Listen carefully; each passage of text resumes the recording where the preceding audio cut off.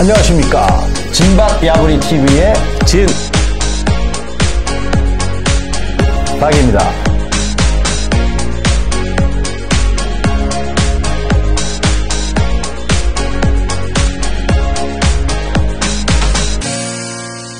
사실 분양하면은 바로 3년 후에는 입주가 되잖아요. 그렇죠. 예. 입주하면은 바로 그냥 입주가 되는 거니까. 그래서 제가 그 물량을 또 한번 봤거든요. 분양 물량. 예. 2020년부터 22년까지 37만 아파트가 주로 아파트죠. 그 다음에 작년하고 재작년은 23만으로 줄어듭니다. 올해가 14만이에요. 분양 물량이. 올해도 사실은 훨씬 더 많이 분양을 하려고 했는데 이제 진척이 안 되다 보니까 아까 말씀대로 계획 대비 56%밖에 절반밖에 이제 분양이 안 되는 거죠. 입주 물량을 보면 작년에 36만 가구, 올해가 26만이에요. 10만이 뚝 떨어지잖아요. 내년이 더 떨어집니다. 내년이 또 10만이 떨어져서 16만. 본래 보통 한 30만에 40만 이렇게 입주하던 것이 내년에 16만으로 떨어져요. 입주 물량이 엄청나게 떨어지는 거죠. 수도권만 한번 볼게요. 수도권이 올해가 10만. 근데 서울은 다행히 작년에 이제 3만 8천 가구인데 올해는 4만 8천이에요. 오히려 올해 서울이 좋습니다. 올해까지가 재건축 재개발, 예, 거기 이제 대형 사업장들이 동시에 입주를 하다 보니까 그런 문제는 내년부터가 이제 엄청나게 감소가 된다는 거죠. 그래서 우리가 이제 예전에 금융위기 2008년에 왔던 금융위기 때문에 2013년, 14년에 그 건설 경기 굉장히 안 좋았거든요. 그래서 사업들이 거의 멈췄어요. 그 타격이 지금 오는 것 같고 또 코로나 때문에 이래저래 멈췄던 그 타격이 지금 오는 것 같아요. 그래서 저는 좀 걱정입니다. 사실은 이 공급 정부나 이렇게 이제 열심히 나름대로 공급하겠다는 정책을 발표를 하고 또 서울시 같은 경우는 신통 기획을 통해 가지고 굉장히 인허가 속도를 막 높이고 있는데 현장에서는 그게 지금 공사비도 상승을 하죠. 그렇죠. 또 그것 때문에 갈등 관계도 많잖아요. 정비 사업장에. 그리고 우리 PF 사업들이 거의 홀딩이 되다 보니까 신규 물량이 지금 안 나오고 있고 이래서 올해까지는 어떻게 버틸 것 같은데 내년부터가 이제 입주 물량, 분양 물량이 대폭적으로 감소가 돼서 이게 참 걱정이 된다. 그래서 생각이 집값들 뭐 떨어진다, 뭐 이렇게 이야기를 하고 뭐 폭락한다, 대폭락한다, 뭐 이제 이렇게 얘기를 하는데 주거라는 게 뭐 농촌에 가서 농가주택 살아도 주거지만 경제활동을 하는 특히 이 청년들이나 신혼부부들 그다음에 경제활동을 하는 어떤 중년 이상의 사람들은 직주 근접을 원하거든요.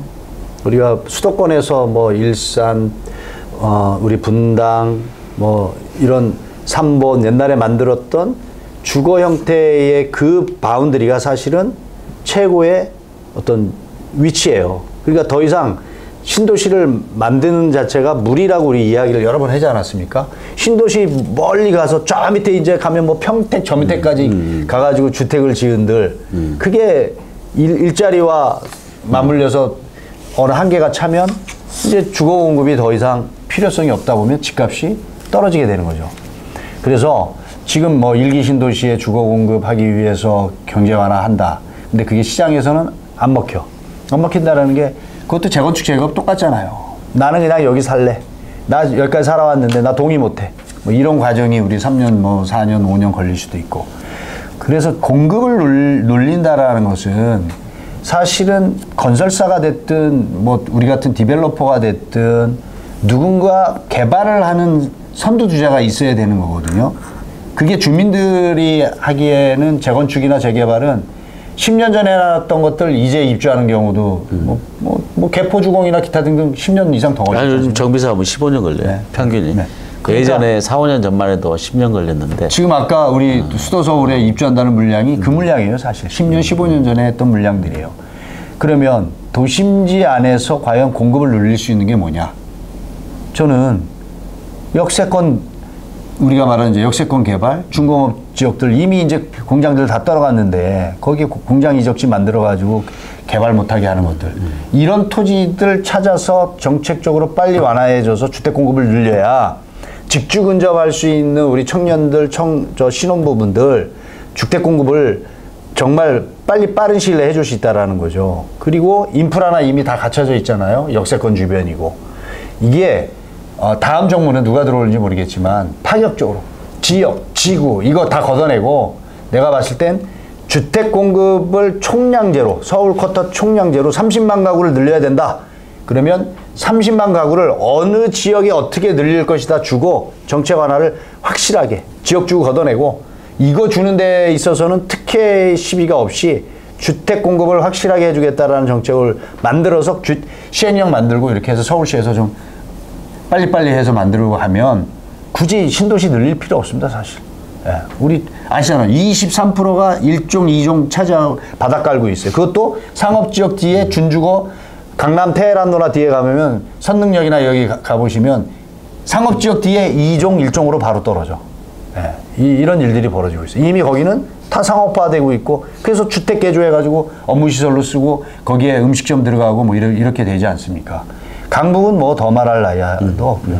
그래서 이런 부분들이 공급을 늘리는데 정말 획기적인 방법으로 좀 제안을 좀 전 드리고 싶어요. 네. 올해가 이제 뭐 상반기 탄핵 중고 끝나면은 뭐 이제 뭐 정부도 바뀌겠지만 내년에 지방선거잖아요. 네. 벌써 그렇게 되나요? 그럼요.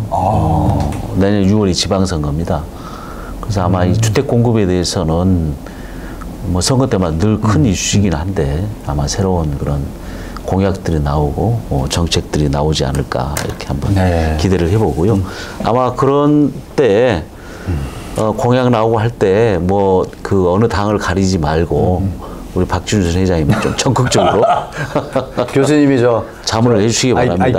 교수님이 시장의 어떤 상황을 정확하게 알려달라 그러면 제가 리얼하게 이렇게 네. 보고서를 하나 해드리겠습니다. 리얼리티로. 자, 그럼 올해 저 주택 가격은 어떨 것 같아요? 이미 전망을 하시면. 아까 뭐 전 시간인가요? 우리 뭐 8% 올랐다고 하는데 작년에 그거. 네, 작년에. 올해 이제 전망을 해보면. 올해 전망은 다들 유튜브 보잖아요. 대폭락이다 이렇게 얘기하거든요. 대폭락? 대폭락이라고 얘기를 하시는 분이 많아. 왜?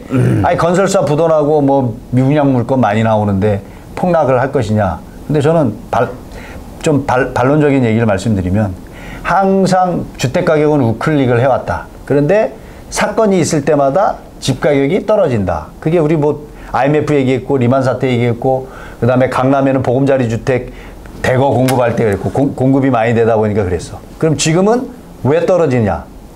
왜 떨어지냐? 건설사 부도나고 부동산 시장이 망가져서 분양이 안 되고 떨어진다. 근데 수도권은 아까도 말씀드린 대로 작년에 8% 올랐대요. 지금 떨어지려고 하는 것은 이미 올라갔던 거 이제 내려가서 조정되고 있는 거거든요. 자, 인건비 올라갔습니다. 그 다음에 인건비 올라가니까 어떤 현상들이냐, 건설 현장에서 공기가 늘어나요. 공기가 늘어나는 게 뭐냐, 분양가가 올라가요. 거기다 토지비 올라갔죠, 건설 자재비 올라갔죠.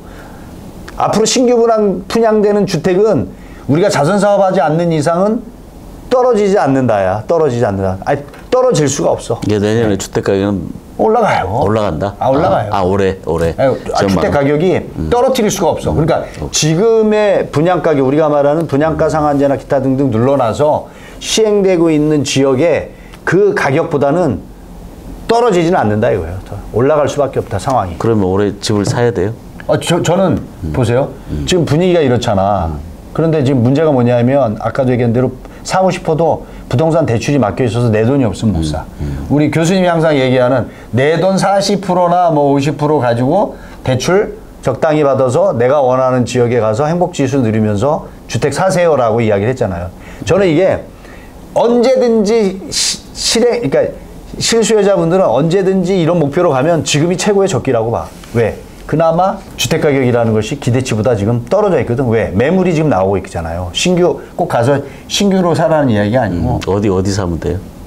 지금 일단 경매 시장 한번 보시고요. 미분양 되는 것들, 수의계약 되는 것들 많아요. 지금 왜냐하면 부동산 시장이 이러다 보니까. 맞아, 지금 마이너스 피도 있더라고요. 마이너스 피도 있죠. 그러니까 예, 마이너스 피도 그런 시장을 잘 놓고 하셔가지고 대신제 로케이션 좋은데 역세권 주변에 그런 것들 사서 이제 보유하고 계시면 시장 또 올라가면 또 올라가 있어요. 근데 집값 집 한 채 있으신 분이 저는 보세요. 전에 5억이었어. 근데 이게 10억으로 올랐어. 현금화할 수 있어요, 우리가? 아니잖아요. 그래서 부동산 시장은 집 한 채이신 분들은 나는 언제든지 내가 마음먹은 대로 내가 원하는 장소에 가서 살아. 10억짜리 집 팔면 내가 가서 좋은 자리 가려면 10억 주고 사잖아요. 그럼 대출받아 또 10억 사잖아. 맞습니다. 네. 얼마 전에 제가 오래간만에 이제 고향 친구를 만났더니 자기가 그 목동에 네. 쪽에 그 강서구하고 붙어 있는 지역에 자기가 그때 15년 전인가요? 한 4억이면 들어가 살겠더래요. 그래서 이제 와이프하고 상의를 했더니 와이프는 사자. 자기는 뭐 안 사도 된다. 그래가지고 2억인가 이제 전세 들어간 거예요. 근데 지금 그게 15억이 된 거예요. 네. 근데 그럼 전세가 얼마냐? 8억. 이혼 안 했어요, 그 집? 보통 아니 저기 그 여자들이- 와이프가 좀 사람이 좋아가지고 이혼을 안 했죠. 근데 여자애- 이제 보면 제가 이제 그 친구 얘기를 들으면서 어떤 생각이 드냐면 만약에 그때 2억 보태고 4억 샀으면 네. 자기 집이 15억이 되는 거예요. 네. 근데 이 친구는 2억에 그냥 살다가 네. 8억이 됐잖아요. 네. 2억에서 8억, 6억을 메꾼이라고 전세자금 대출 받고. 얼마나 힘들었겠어요. 네. 전세자금 대출 받아. 근데 똑같은 그 집이란 말이죠. 그래서 사실은 물론 출렁출렁 하긴 합니다만은 우상향을 이제 하게 돼 있다. 물론 지방이나 이런 데는 또 다른 문제겠지만 서울 같은 경우는 좀 그런 경우다 하는 걸 좀 말씀드리고 싶고, 지금은 이제 큰 흐름으로 보면 지금이 좀 주택시장 안정기가 아닌가, 가격 면에서 보면. 그리고 이제 국지적으로, 지역적으로 막 보면 막 흔들리는 데도 꽤 있어요. 막 추락하는 데도. 대구. 아까 이제 특히 대구요. 네, 지금. 아니 저 지방 말고 네. 이제 수도권만 해도 네, 갑자기 수도권. 경매시장 보면은 그냥 뭐가 툭툭 떨어지는 그거는 경우가 이제- 있고, 예. 또 하나는 또 분양시장이 뭐 마이너스 P도 있고, 그러면서 교통이 또 괜찮은 지역도 있고. 사실은 예전에 우리가 마영성으로 빌리는 뭐 마포, 용산, 성동 이런 데도 그런 데도 마이너스 P가 있었던 데가 있었어요. 있었죠. 나홀로 같은 거. 2014년 같은 경우는. 그래서 좀 좋은 지역을 선별을 해서 옥석을 가려가지고 필요한 데에 자기가 원하는 주택을 좀 적절하게 매입할 시점도 아닌가 하는 생각이 듭니다. 저는 뭐 언제나 권장입니다. 지금이 가장 집 사기 좋은 때다. 대신 1가구 1주택이신 분들. 맞아요. 일가구 지금 아니 투기 하란다고 하겠습니까, 교수님 지금? 하겠어요? 대출 안 되지. 근데 이런 건 있을 것 같아. 제가 만약에 지금 투자를 돈이 100억이 있어. 투자를 한다 그러면 저는 지금 저가 평가되어 있는 경매 물건들, 우리 뭐 사업하시는 분들 지금 특히 뭐 그런 물건들이 전 눈에 보이는데, 그러한 것들이 간혹 찾아보면 있는데, 그것도 대출이 옛날에는 이제 그러니까 경매 대출 같은 경우에는 뭐 90% 80%까지 해줬거든요. 이제 이런 것들도 이제 만만치가 않아요. 그래서 현찰이 있는 분들은 찾아다니시는 분들이 있어. 네. 그래서 그런 시장이 있다라는 거 아시고, 1가구 1주택 저는 지금 집 찾아서 보셔야 된다고 봅니다. 실수요자분들 실수요자분들 보셔야 돼요. 근데 지금부터 준비하셔야 지금 돼요. 보면 누가 그런 얘기 나더라고요. 이제 부동산이 이 우상향하면서 이제 계속 출렁거리면서 계속 오르는데, 이제 뭐 주택 시장을 투자 시장, 투기 시장으로 보는 시대는 지났지 않느냐 하는 뭐 그런 얘기도 하고, 다만 이제 실수요자들은 자기 집은 꼭 필요하잖아요. 그리고 우상향을 계속 하다 보면 뭐 3년 지나고 5년 지나고 10년 지나고 나면 어느 때 많이 뛰어 있거든요. 특히 물가, 이 소비자 물가 지수 이상으로는 항상 오르기 때문에 그걸 염두를 해서 내 집 마련은 필요한 시기다, 이렇게 생각할 수 있습니다. 오늘 진박이 아브리 TV에서는 올해 부동산 시장에 미칠 그 변수들 한 4가지 짚어봤고요. 올해 정말 내 집 마련을 해야 되는 적기인지 아닌지 그것도 같이 살펴봤습니다. 네. 자, 오늘은 여기까지. 야한 부동산 이야기 야부리 진박이었습니다. 네, 다음 시간에 뵙겠습니다. 감사합니다. 감사합니다.